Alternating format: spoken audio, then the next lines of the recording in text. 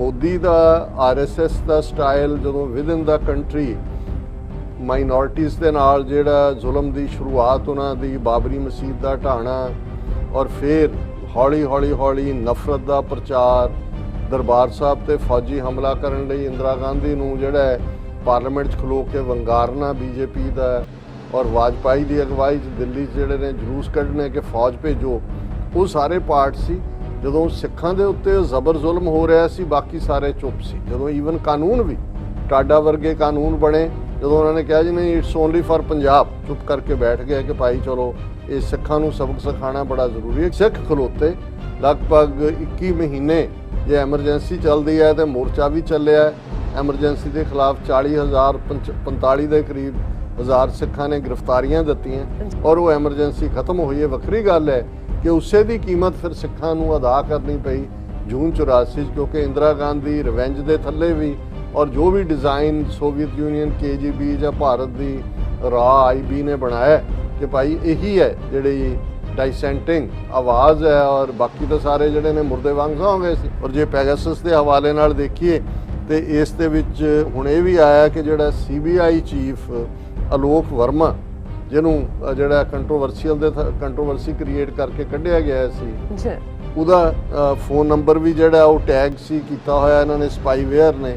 ਆਊਸਟਡ CBI chief Verma categorically stand by findings of Pegasus project Amnesty International और उन्होंने the exact statement है Amnesty International categorically stands by the findings of Pegasus project and that the data is irrefutably linked to potential targets of NSO groups Pegasus spyware और ये जड़ी unlawful targeting of journalists, activists and others that Pegasus project has revealed ਇਹਦੇ ਚੋਂ ਬਾਹਰ ਨਿਕਲੇ।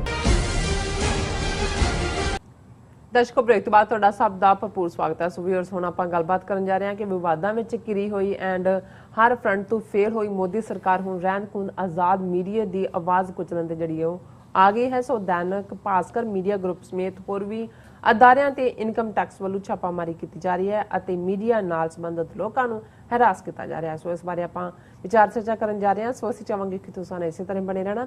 ਦੇਖਣ ਸੁਣਨ ਲਈ ਲਿਖ ਲਈ ਤੁਹਾਡਾ ਸਭ ਦਾ ਬਹੁਤ ਬਹੁਤ ਸ਼ੁਕਰੀਆ ਜੀ। ਡਾਕਟਰ ਸਾਹਿਬ ਕੀ ਕਹਿਣਾ ਚਾਹੋਗੇ?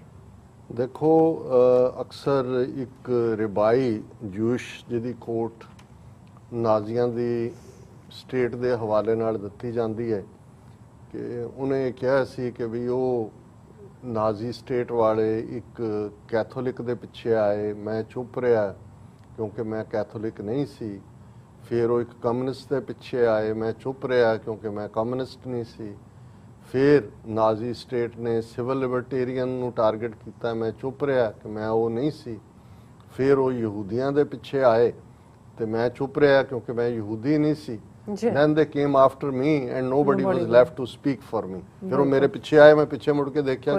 ਸੋ ਇਹ ਹਮੇਸ਼ਾ ਜਿਹੜੀ ਫਾਸ਼ੀਵਾਦੀ ਫਾਸ਼ਿਸਟ ਸਟੇਟਸ ਹੁੰਦੀਆਂ ਨੇ ਅਥੋਰੀਟੇਰੀਅਨ ਡਿਕਟੇਟੋਰੀਅਲ, ਉਹ ਇਵੇਂ ਹੀ ਕਰਦੇ ਨੇ ਕਿ ਪਹਿਲਾਂ ਜਿਹੜਾ ਉਹ ਇੱਕ ਨੂੰ ਟਾਰਗੇਟ ਕਰਨਾ ਸ਼ੁਰੂ ਕਰਦੇ ਨੇ। ਜੇ ਤਾਂ ਲੋਕਾਂ ਦੇ ਵਿੱਚ ਇਹ ਦਮਖਮ ਹੋਏ ਕਿ ਭਾਈ ਕਿਸੇ ਨਾਲ ਵੀ ਹੋਇਆ ਧੱਕਾ, ਮੇਰੇ ਨਾਲ ਹੋਇਆ ਧੱਕਾ। ਔਰ ਜਦੋਂ ਮਾਰਟਨ ਲੂਥਰ ਕਿੰਗ ਜਿਹੜਾ ਬਹੁਤ ਵੱਡਾ ਕਾਲਿਆਂ ਦਾ ਲੀਡਰ ਹੋਇਆ, ਉਹਦੇ ਲਫ਼ਜ਼ ਮੈਂ ਦੁਹਰਾਉਂਦਾ ਅਕਸਰ, ਤੇ ਇਸ 'ਚ ਇੱਕ ਬਹੁਤ ਵੱਡੀ ਫਿਲਾਸਫੀ ਹੈ ਜਦੋਂ ਉਹਨੇ ਕਿਹਾ ਕਿ injustice anywhere is the threat to justice everywhere.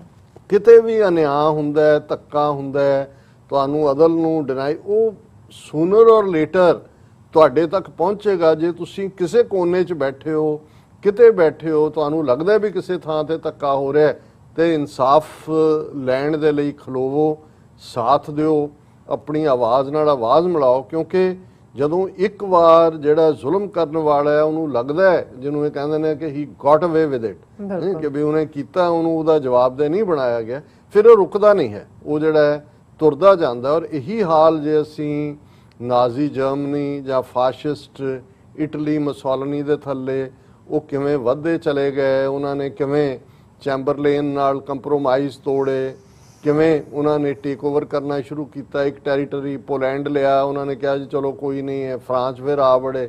ਜਦੋਂ ਫਿਰ ਸਿਰ ਤੇ ਆ ਧਮਕੇ ਫਿਰ ਹੋਇਆ ਜੀ ਚੁੱਕੋ ਚੁੱਕੋ ਚੁੱਕੋ। ਹੁਣ ਮੋਦੀ ਦਾ RSS ਦਾ ਸਟਾਈਲ ਜਦੋਂ ਵਿਦਨ ਦਾ ਕੰਟਰੀ ਮਾਈਨੋਰਟੀਜ਼ ਦੇ ਨਾਲ ਜਿਹੜਾ ਜ਼ੁਲਮ ਦੀ ਸ਼ੁਰੂਆਤ ਉਹਨਾਂ ਦੀ ਬਾਬਰੀ ਮਸਜਿਦ ਦਾ ਢਾਣਾ ਔਰ ਫਿਰ ਹੌਲੀ ਨਫ਼ਰਤ ਦਾ ਪ੍ਰਚਾਰ ਦਰਬਾਰ ਸਾਹਿਬ ਤੇ ਫੌਜੀ ਹਮਲਾ ਕਰਨ ਲਈ ਇੰਦਰਾ ਗਾਂਧੀ ਨੂੰ ਜਿਹੜਾ ਹੈ ਪਾਰਲੀਮੈਂਟ 'ਚ ਖਲੋ ਕੇ ਵੰਗਾਰਨਾ BJP ਦਾ ਔਰ ਵਾਜਪਾਈ ਦੀ ਅਗਵਾਈ 'ਚ ਦਿੱਲੀ 'ਚ ਜਿਹੜੇ ਨੇ ਜਲੂਸ ਕੱਢਣੇ ਕਿ ਫੌਜ ਭੇਜੋ, ਉਹ ਸਾਰੇ ਪਾਰਟ ਸੀ।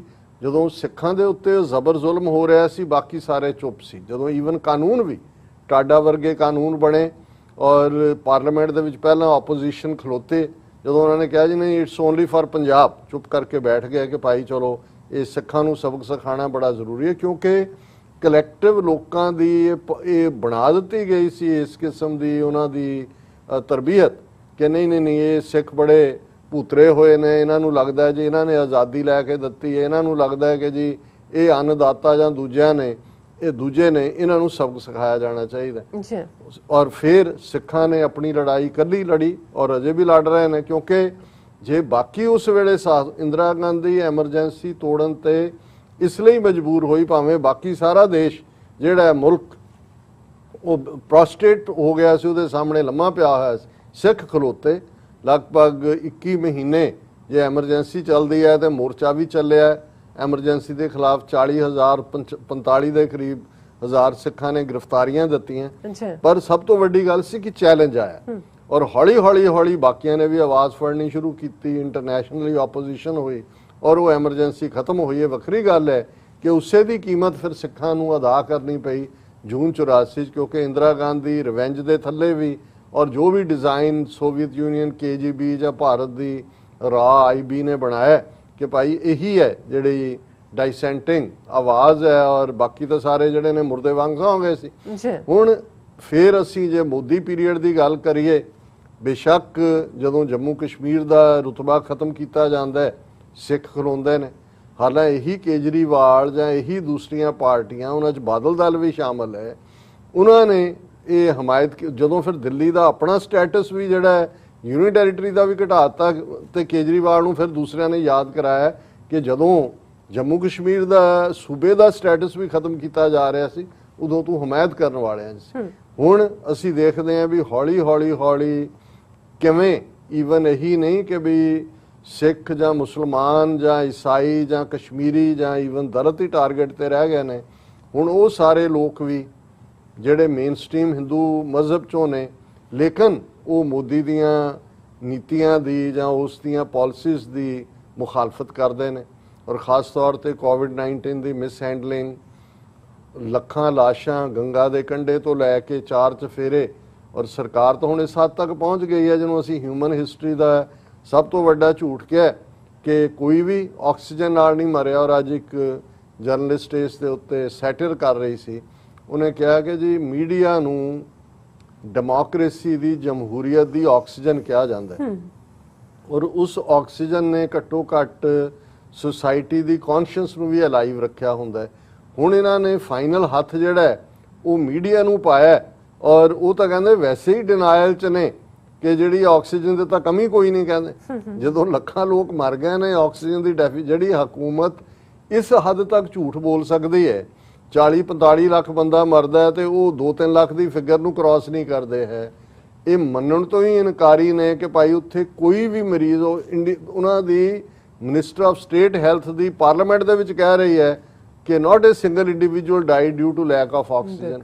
ਹੁਣ ਜੇ ਇਸ ਹੱਦ ਤੱਕ ਜਾ ਸਕਦੇ ਨੇ ਲੇਕਿਨ ਇਹਦੇ ਬਾਵਜੂਦ ਅਸੀਂ ਸੈਲੂਟ ਕਰਦੇ ਹਾਂ ਉੱਥੇ ਇੰਡੀਵਿਜੂਅਲ ਪੱਤਰਕਾਰ ਤਾਂ ਹੈ ਹੀ ਨੇ ਜਿਹੜੇ ਉਸ ਨੂੰ ਲਗਾਤਾਰਤਾ ਨਾਲ ਚੈਲੰਜ ਕਰਦੇ ਨੇ, 1-2 ਚੈਨਲ ਵੀ ਬਚੇ ਹੋਏ ਨੇ, ਲੇਕਿਨ ਇੰਨਾ ਵੱਡਾ ਹਿੰਦੀ ਅਖਬਾਰਾਂ ਦਾ ਨੈਟਵਰਕ ਇਹ ਤਾਂ ਮੈਨੂੰ ਪਤਾ ਹੈ ਕਿਉਂਕਿ ਪੰਜਾਬ ਦੇ ਵਿੱਚ ਵੀ ਇਹਨਾਂ ਨੇ ਬੜੀ ਤੇਜ਼ੀ ਨਾਲ ਪ੍ਰਸਾਰ ਕੀਤਾ ਹੈ।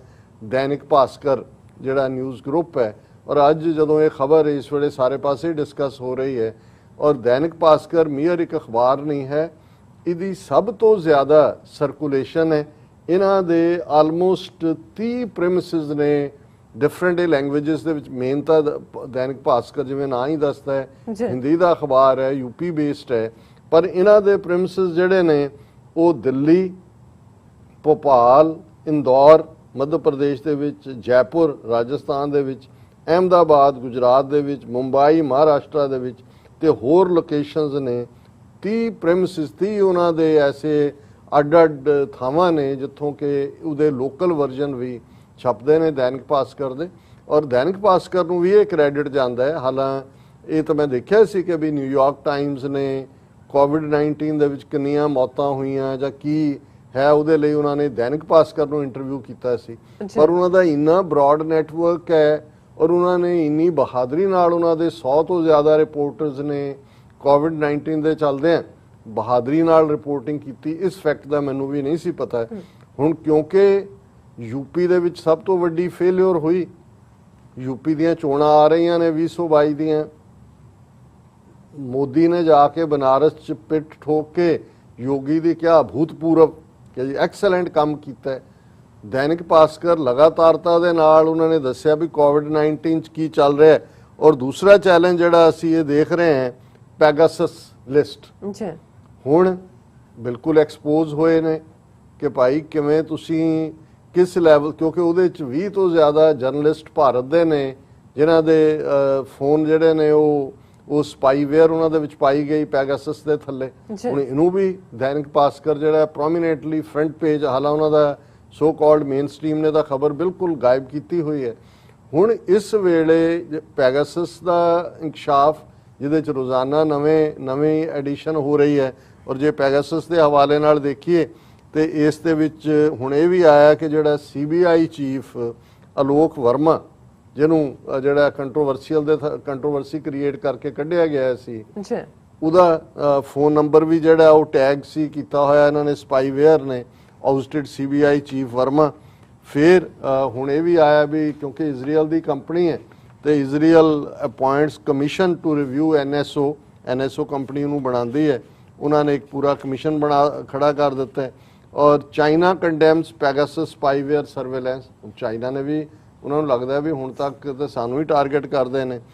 Industrialist Anil Ambani among potential Pegasus spyware targets, even Anil Ambani ਜਿਹੜਾ ਇਹ ਸਾਰਾ ਇਸ ਦਾ ਉਹ ਵੀ ਪੈਗਾਸਸ ਚ। ਮਤਲਬ ਇਹ ਨਹੀਂ ਹੈ ਵੀ ਦੁਸ਼ਮਣਾਂ ਨੂੰ ਜਿਹੜੇ ਇਸ ਕਿਸਮ ਦੇ ਚੋਰ ਹੁੰਦੇ ਨੇ, ਥੀਫ ਰਜੀਮ ਹੈ ਜਾਂ ਜ਼ਾਲਮ ਰਜੀਮ ਹੈ, ਉਹਨਾਂ ਨੂੰ ਸਭ ਤੋਂ ਪਹਿਲਾਂ ਫੀਅਰ ਆਪਣਿਆਂ ਦਾ ਹੁੰਦਾ ਵੀ ਭੇਤ ਬਾਹਰ ਨਾ ਨਿਕਲੇ, ਫਿਰ ਹੁੰਦਾ ਵੀ ਆਪਣਾ ਹੀ ਜਿਹੜਾ ਅਲਟੀਮੇਟਲੀ ਪਿੱਠ 'ਚ ਛੁਰਾ ਮਾਰਦਾ। ਇਹਨਾਂ ਨੂੰ ਵੀ ਦੇਖੋ ਵੀ ਇਹ ਕੀ ਕਰ ਰਹੇ ਨੇ। ਹੁਣ ਇਸ ਸਭ ਦੇ ਚੱਲਦਿਆਂ ਇੱਕ ਪਾਸੇ ਮਿਸ ਇਨਫੋਰਮੇਸ਼ਨ ਕੈਂਪੇਨ ਵੀ ਇਹਨਾਂ ਨੇ ਸ਼ੁਰੂ ਕਰਨ ਦੀ ਕੋਸ਼ਿਸ਼ ਕੀਤੀ, ਕਿਉਂਕਿ ਇਹ ਫੋਰਬਿਡਨ ਸਟੋਰੀਜ਼ ਆਰਗੇਨਾਈਜੇਸ਼ਨ ਫਰਾਂਸ ਬੇਸਡ ਹੈ ਜਿਹਨੇ ਪੈਗਾਸਸ ਦੀ ਸ਼ੁਰੂਆਤ ਕੀਤੀ, ਪਰ ਇਹਨੂੰ ਕ੍ਰੈਡੀਬਿਲਿਟੀ ਦੇਣ 'ਚ ਜਿਵੇਂ ਅਸੀਂ ਕਿਹਾ ਵੀ ਓਵਰ 17 ਡਿਫਰੈਂਟ ਮੀਡੀਆ ਆਊਟਲੈਟ ਜਿਨ੍ਹਾਂ ਦੇ ਵਿੱਚ ਵਾਸ਼ਿੰਗਟਨ ਪੋਸਟ ਔਰ ਗਾਰਡੀਅਨ ਔਰ ਜਿਹੜਾ ਫਰਾਂਸ ਦਾ ਇੱਕ ਪ੍ਰੋਮੀਨੈਂਟ ਨਿਊਜ਼ਪੇਪਰ, ਪਰ ਐਮਨੈਸਟੀ ਇੰਟਰਨੈਸ਼ਨਲ, ਜਿਹਦੇ ਕਰਕੇ ਅਸਾਮ ਦੇ ਚੀਫ ਮਿਨਿਸਟਰ ਨੇ ਕਿਹਾ ਜੀ ਇਹ ਤਾਂ ਇੰਟਰਨੈਸ਼ਨਲ ਕੰਸਪੀਰੇਸੀ ਹੈ, ਬੰਦ ਕਰੋ। ਹੁਣ ਇਹ ਕਿਹਾ ਜਾ ਰਿਹਾ ਸੀ ਜੀ ਐਮਨੈਸਟੀ ਇੰਟਰਨੈਸ਼ਨਲ ਆਪਣੇ ਆਪ ਨੂੰ ਡਿਸਟੈਂਸ ਕਰ ਰਹੀ ਹੈ ਇਸ ਸਾਰੇ ਤੋਂ, ਪਰ ਅੱਜ ਕੈਟਾਗੋਰੀਕਲੀ ਉਹਨਾਂ ਨੇ ਕਿਹਾ ਕਿ ਵੀ ਅਸੀਂ categorically stand by findings of Pegasus project Amnesty International. ਔਰ ਉਹਨਾਂ ਦੀ ਐਗਜ਼ੈਕਟ ਸਟੇਟਮੈਂਟ ਹੈ, Amnesty International categorically stands by the findings of Pegasus project and that the data is irrefutably linked to potential targets of NSO groups Pegasus spyware। उन्होंने कहा जी false rumours फैलाइयां जा रही हैं कि जी एमनेस्टी ने, उन्होंने कहा बिल्कुल असी इसका हिस्सा हैं और ये जी unlawful targeting of journalist activists and others that Pegasus project has revealed ਇਹਦੇ ਚੋਂ ਬਾਹਰ ਨਿਕਲੇ। ਹੁਣ ਇਸ ਸਾਰੇ ਨੂੰ ਇਹ ਜਿਹੜਾ ਸਭ ਤੋਂ ਵੱਡਾ ਭਾਰਤ ਦਾ ਹਿੰਦੀ ਨਿਊਜ਼ਪੇਪਰ ਨੈਟਵਰਕ, ਉਹਦੇ ਨਾਲ ਰੀਜਨਲ ਜਿਨ੍ਹਾਂ ਦੇ ਵਿੱਚ ਗੁਜਰਾਤੀ ਚ ਵੀ, ਤਾਮਿਲ ਚ ਵੀ, ਤੇਲਗੂ ਚ ਵੀ, ਔਰ ਸਾਰੀ ਜਿਹੜੀ ਨਾਰਥ ਇੰਡੀਆ ਦੇ ਨਾਲ ਈਵਨ ਸਾਊਥ ਤੱਕ ਇਸ ਦੀ, ਵੈਸਟਰਨ ਇੰਡੀਆ ਚ ਵੀ। ਹੁਣ ਇਹ ਖਬਰ ਹੈ income tax department raids Dainik Bhaskar ਪ੍ਰਿਮਸਿਸ across ਦਾ ਕੰਟਰੀ। ਹੁਣ ਕੀ ਹੈ, ਕਿਸੇ ਦੇ ਮਗਰ CBI ਪਾ ਦਿਓ, ਕਿਸੇ ਦੇ ਮਗਰ ED ਪਾ ਦਿਓ, ਐਨਫੋਰਸਮੈਂਟ ਡਾਇਰੈਕਟੋਰੇਟ। ਜਿਵੇਂ ਕਸ਼ਮੀਰ 'ਚ ਇੱਕ ਪਾਸੇ ਗੁਪਕਾਰ ਗਰੁੱਪ ਨੂੰ ਮੀਟਿੰਗ ਲਈ ਸੱਦਦਾ ਹੈ ਮੋਦੀ, ਉਹੀ 14-13 ਪ੍ਰੋ ਇੰਡੀਆ, ਦੂਜੇ ਪਾਸੇ ਮਹਿਬੂਬਾ ਮੁਫਤੀ ਦੀ ਮਾਂ ਨੂੰ ED ਵਾਲੇ ਇਲੈਕਟੋਰੇਟ ਜਿਹੜੇ ਨੇ ਉਹ ਭੇਜ ਦਿੰਦੇ ਨੇ ਸੰਮਣ ਕਿ ਬਈ ਤੁਸੀਂ ਆਓ ਜੀ, ਮਨੀ ਲਾਂਡਰਿੰਗ ਹੈ ਤੁਹਾਡੇ ਖਿਲਾਫ। ਅੱਛਾ ਹੁਣ ਇਹਨਾਂ ਦੇ ਕੋਲ ਸੈਡੀਸ਼ਨ ਜਾਂ ਦੂਜਾ ਵੀ ਅਜੇ ਤਾਂ ਨਹੀਂ ਲਾਇਆ ਹੈ, ਲੇਕਿਨ ਦੈਨਿਕ ਭਾਸਕਰ ਦੇ ਉੱਤੇ ਉਹਨਾਂ ਨੇ ਇਨਕਮ ਟੈਕਸ ਡਿਪਾਰਟਮੈਂਟ ਨੇ one of the country's largest media house, Dainik Bhaskar Group, has come under the scanner of taxmen. Income Tax Department launched extensive search operations and raids at multiple locations including Delhi, Madhya Pradesh, Rajasthan, Gujarat and Maharashtra. और ये जड़ियां ने थां Thai जड़ा वो red कर रहे हैं more than 30 premises including offices and residential premises of the promoters of the group ਘਰਾਂ ਦੇ ਉੱਤੇ ਵੀ। ਔਰ ਕੋਈ ਲੇਡੀਜ਼ ਨਾਲ ਨਹੀਂ ਨੇ, ਘਰਾਂ 'ਚ ਜਾ ਕੇ ਉਹਨਾਂ ਦੀਆਂ ਚੁੱਕ ਕੇ ਫਾਈਲਾਂ ਕੰਪਿਊਟਰ ਇੱਧਰ ਉੱਧਰ ਜਿਹੜਾ ਉਹਨਾਂ ਦਾ ਪੂਰਾ ਉਹ ਚੱਲ ਰਿਹਾ। ਔਰ ਉਹਨਾਂ ਨੇ ਜਦੋਂ ਅੱਜ ਇਹ ਚੱਲ ਰਿਹਾ ਸੀ ਈਵਨ ਦੈਨਿਕ ਭਾਸਕਰ ਦੇ, ਦੇਖੋ ਇਹ ਨਹੀਂ ਹੈ ਵੀ ਜ਼ੁਲਮ ਕਰਨ ਵਾਲੇ ਨੇ, ਡੇਅਰਿੰਗ ਜਿਹੜੇ ਉਹਨਾਂ ਦੇ ਮੀਡੀਆ ਪੀਪਲ ਨੇ ਉਸ ਰੇਡ ਨੂੰ ਵੀ ਉਹਨਾਂ ਦੇ ਕੈਮਰਾਮੈਨ ਜਾਂ ਦੂਜੇ ਲਾਈਵ ਦਿਖਾ ਰਹੇ ਸੀ ਕਿ ਭਾਈ ਆਹ ਕੰਮ ਕਰ ਰਹੇ।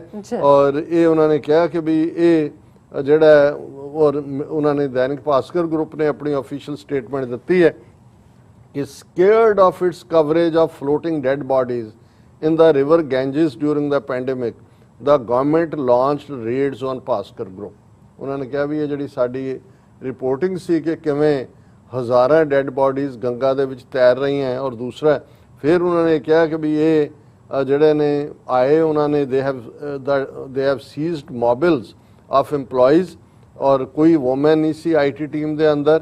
ਔਰ ਜਿਹੜਾ ਨਾਲ ਦੀ ਨਾਲ ਉਹਨਾਂ ਨੇ ਇਸ ਦਾ ਕ੍ਰਿਟਿਸਿਜ਼ਮ ਵੀ ਹੋ ਰਿਹਾ ਇਹਦੇ 'ਚ ਰਾਜਸਥਾਨ ਦੇ chief minister mister Ashok Gehlot, Delhi ਦੇ ਅਰਵਿੰਦ ਕੇਜਰੀਵਾਲ ਔਰ other political leaders condemned the action.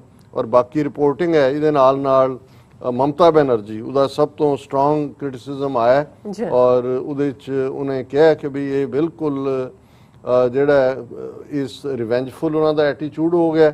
The attack on journalists and media houses is yet another brutal attempt to stifle democracy. ਇਹ ਮਮਤਾ ਬੈਨਰਜੀ ਨੇ ਕਿਹਾ ਕਿ ਜਮਹੂਰੀਅਤ ਦਾ ਗਲਾ ਘੁੱਟਣ ਦਾ ਇਹ ਇੱਕ ਹੋਰ ਉਹਨਾਂ ਦਾ ਯਤਨ ਹੈ ਮੋਦੀ ਸਰਕਾਰ ਦਾ। ਔਰ ਉਹਨਾਂ ਨੇ ਦੈਨਿਕ ਭਾਸਕਰ ਗਰੁੱਪ ਨੂੰ ਬਰੇਵ ਗਰੁੱਪ ਕਿਹਾ ਕਿ ਵੀ ਉਹਨਾਂ ਨੇ ਜੋ COVID-19 'ਚ ਮਿਸ ਹੈਂਡਲਿੰਗ ਕੀਤੀ ਮੋਦੀ ਹਕੂਮਤ ਨੇ ਉਹਨੂੰ ਹਾਈਲਾਈਟ ਕੀਤਾ। I strongly condemn this vindictive act that aims to suppress voices that bring out the truth. It is a grave violation that undermines the very principles of democracy, Mrs. Banerjee added. So, ਉਹਨਾਂ ਨੇ ਇਸੇ ਤਰ੍ਹਾਂ CPIM ਦੇ general secretary Sitaram ਯੈਚੁਰੀ ਉਹਨੇ ਕਿਹਾ ਕਿ Modi government raid raj won't work, trying to scare and muzzle the truth from surfacing, but like the dead bodies floating in the Ganga, Modi government cannot hide. ਉਹਨੇ ਕਿਹਾ ਜੀ ਜਿਵੇਂ ਉਹ ਨਹੀਂ ਹਾਈਡ ਕਰ ਸਕੇ ਅਲਟੀਮੇਟਲੀ ਆ ਗਈਆਂ ਮੀਡੀਆ ਦੇ ਸਾਹਮਣੇ, ਇਹ ਵੀ ਉਹਨਾਂ ਦੇ ਜ਼ੁਲਮ ਜਿਹੜੇ ਨੇ ਉਹ ਰਹਿਣਗੇ। ਔਰ ਇਸੇ ਤਰ੍ਹਾਂ ਸੀਨੀਅਰ ਕਾਂਗਰਸ ਲੀਡਰ ਜੈਰਾਮ ਰਮੇਸ਼ ਔਰ ਉਹਨਾਂ ਦੇ ਨੇ ਕਿਹਾ ਕਿ ਵੀ an undeclared emergency as Arun Shourie has said this is modified emergency. Ramesh ਉਹਨਾਂ ਨੇ ਕਿਹਾ ਜੀ ਇਹ ਇੱਕ ਨਵੀਂ ਐਮਰਜੈਂਸੀ ਹੈ। ਔਰ यही गल उन्हें अरविंद केजरीवाल ने भी कही कि income tax Reds on Dainik Bhaskar group and Bharat समाचार की एक बड़ी प्रोमिनेंट जर्नलिस्ट का मैं अज इंटरव्यू सुन रहा सी बीबी का, बड़ी बोल्ड उन्हें कहा सानू कोई परवाह नहीं है, असी इवें ही एक्सपोज करांगे। उन्हें केजरीवाल ने कहा they are an attempt to scare the media, the message is clear, those who speak against BJP government will not be spared, such thinking is very dangerous, everyone should raise their voice against it, these raids should be stopped immediately and the media should be allowed to work freely। ਹੁਣ ਅਸੀਂ ਤਾਂ ਇਹ ਕੁਝ ਪੰਜਾਬ 'ਚ ਵੀ ਹੰਡਾਇਆ ਔਰ ਅਸੀਂ even 26 ਜਨਵਰੀ ਦੀਆਂ ਘਟਨਾਵਾਂ ਦੇ ਹਵਾਲੇ ਨਾਲ ਵੀ ਦੇਖਿਆ ਕਿ ਕਿਵੇਂ ਜਿਹੜਾ ਉਹ ਸੱਚ ਨੂੰ ਬਾਹਰ ਆਉਣ ਦੇ ਵਿੱਚ ਘੱਟੋ ਘੱਟ ਉੱਥੋਂ ਬਾਹਰ ਨਹੀਂ ਆਇਆ ਹੈ। ਲੇਕਿਨ ਅਸੀਂ ਦੇ ਬਾਵਜੂਦ ਜੇ ਇਹਨੂੰ ਅਸੀਂ ਇੱਕ फुल सैगमेंट बना के डिस्कस कर रहे हैं क्योंकि बीइंग इन द मीडिया असी समझते हैं और असी ਜਿਹੜਾ injustice anywhere is the threat to justice everywhere. ਸਾਨੂੰ ਤਾਂ ਪਹਿਲੇ ਦਿਨ ਤੋਂ ਹੀ ਨਜ਼ਰ ਆ ਰਿਹਾ ਵੀ ਇਹ ਹਿੰਦੂਤਵਾ ਆਈਡੀਓਲੋਜੀ ਕਿਸ ਪਾਸੇ ਜਾ ਰਹੀ ਹੈ ਔਰ ਇਹ ਅਲਟੀਮੇਟਲੀ ਇਹਨੂੰ ਜੇ ਕਹਿਣਾ ਹੋਏ ਤੇ ਆਪਣੀ ਕਬਰ ਹੀ ਖੋਦ ਰਹੇ ਨੇ। ਇਹਦੇ 'ਚ ਇਹਨਾਂ ਨੇ ਡਿੱਗਣਾ ਕਿਉਂਕਿ ਜਦੋਂ ਤੱਕ ਆਮ ਲੋਕਾਂ ਨੂੰ ਇਹ ਸਮਝ ਨਹੀਂ ਆਉਂਦੀ ਕਿ ਜ਼ੁਲਮ ਕਿਹਨੂੰ ਕਹਿੰਦੇ ਨੇ ਉਦੋਂ ਤੱਕ ਉਹ ਜ਼ੁਲਮ ਦੇ ਖਿਲਾਫ ਖਲੋਣ ਦਾ ਹੌਸਲਾ ਵੀ ਨਹੀਂ ਪੈਦਾ ਕਰ ਸਕਦੇ। ਤੇ ਸਿੱਖ ਕੌਮ ਤਾਂ ਬਣੀ ਜ਼ੁਲਮ ਦੇ ਖਿਲਾਫ ਲੜਨ ਲਈ ਹੈ। ਅਸੀਂ ਬੀਤੀਆਂ ਸਦੀਆਂ 'ਚ ਵੀ ਲੜੇ ਹਾਂ, ਹੁਣ ਵੀ ਲੜਾਂਗੇ ਔਰ ਅਲਟੀਮੇਟਲੀ ਇਹ ਜਿਹੜਾ ਜ਼ੁਲਮੀ ਰਾਜ ਹੈ ਇਸ ਦਾ ਅੰਤ ਹੋਏਗਾ। ਜੀ ਡਾਕਟਰ ਸਾਹਿਬ, ਤੁਹਾਡਾ ਬਹੁਤ ਬਹੁਤ ਸ਼ੁਕਰੀਆ, ਤੁਸੀਂ ਆਪਣੇ ਵਿਚਾਰ ਸਾਡੇ ਦਰਸ਼ਕਾਂ ਨਾਲ ਸਾਂਝੇ ਕੀਤੇ। ਸੋ ਇੱਥੇ ਲੈਣੇ ਬ੍ਰੇਕ ਤੋਂ ਪਹਿਲਾਂ ਅਸੀਂ ਆਪਣੇ ਦਰਸ਼ਕਾਂ ਤੇ ਸਰੋਤਿਆਂ ਨੂੰ ਅਪੀਲ ਤੇ ਬੇਨਤੀ ਕਰਦੇ ਵਿਊਅਰਸ, ਜਿਸ ਤਰ੍ਹਾਂ ਕਿ ਤੁਸੀਂ ਜਾਣਦੇ ਹੋ ਕਿ ਟੀਵੀ 84 ਇੱਕ ਪੰਥਕ ਚੈਨਲ ਹੈ। ਟੀਵੀ 84 ਦੀ ਚੜ੍ਹਦੀ ਕਲਾ ਲਈ ਵੱਧ ਤੋਂ ਵੱਧ ਡੋਨੇਟ ਕਰੋ। ਡੋਨੇਟ ਕਰਨ ਲਈ ਸਾਡੀ ਵੈਬਸਾਈਟ tv84.tv ਤੇ ਜਾ ਕੇ ਪੇਪਲ ਦੀ ਵਰਤੋਂ ਕਰਕੇ ਵਨ ਟਾਈਮ ਡੋਨੇਟ ਕਰ ਸਕਦੇ ਹੋ, ਮੰਥਲੀ ਡੋਨੇਟ ਵੀ ਕਰ ਸਕਦੇ ਹੋ। ਤੁਸੀਂ ਟੀਵੀ 84 ਦੇ ਨਾਮ ਤੇ ਚੈੱਕ ਬਣਾ ਕੇ ਸਾਨੂੰ ਮੇਲ ਵੀ ਕਰ ਸਕਦੇ ਹੋ ਸਾਡੇ ਇਸ ਪਤੇ ਤੇ 36-0137 Avenue, ਲੌਂਗਲੈਂਡ ਸਿਟੀ, ਨਿਊਯਾਰਕ 11101 USA, ਜਾਂ ਫਿਰ ਤੁਸੀਂ ਸਾਨੂੰ ਫੋਨ ਰਾਹੀਂ ਵੀ ਸੰਪਰਕ ਕਰ ਸਕਦੇ ਹੋ ਸਾਡੇ ਫੋਨ ਨੰਬਰ ਤੇ 5166191984। ਤੁਸੀਂ ਸਾਨੂੰ ਈਮੇਲ ਵੀ ਕਰ ਸਕਦੇ info@tv84.tv ਤੇ। ਅਸੀਂ ਤੁਹਾਡੇ ਤਹਿ ਦਿਲ ਤੋਂ ਸ਼ੁਕਰਗੁਜ਼ਾਰ ਹੋਵਾਂਗੇ। ਸੋ ਇੱਥੇ ਲੈਣੇ ਬ੍ਰੇਕ। ਵਿਊਅਰਸ, ਤੁਸੀਂ ਸਾਨੂੰ ਇਸੇ ਤਰ੍ਹਾਂ ਬਣੇ ਰਹਿਣਾ। ਮਿਲਦੇ ਹਾਂ ਆਫਟਰ ਦਿਸ ਸ਼ਾਰਟ ਬ੍ਰੇਕ।